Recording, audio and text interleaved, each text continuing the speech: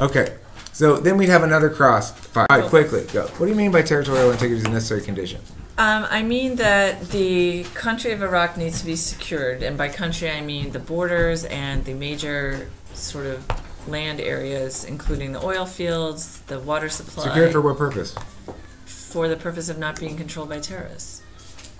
So what if it were secured and all in one piece, but the government was made up of a bunch of extremists who want to make laws that violate human rights? Well, but that's not the case. They have a democratically elected government. That doesn't mean it doesn't violate human rights. Well, I'm not saying they're perfect, but the point is that they are moving on a path towards democracy, but it's very difficult for them to continue down that path when they don't have secured electrical grids, secured oil fields, and so forth.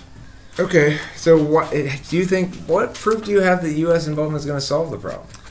I think we've seen that U.S. troops can effectively go door to door, house to house, and conduct the kind of operations that are needed to root out terrorists. Is that a long-term solution? It's a long-term solution in the sense that if you can root out the ISIS terrorists and remove them from the Iraqi territory, that the Iraqi government has a chance to... Why are you letting me ask all the questions? Oh, I do have a question for you. When did de Tocqueville write? A long time ago. How long ago? Like 1800, 1700 or something. All right, and what country was he writing about? The United States. Really? Well, mostly. Okay.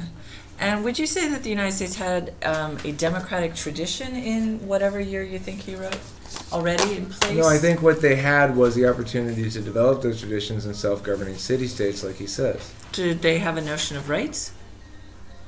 More or less. Did they have a notion of religious toleration? Depends.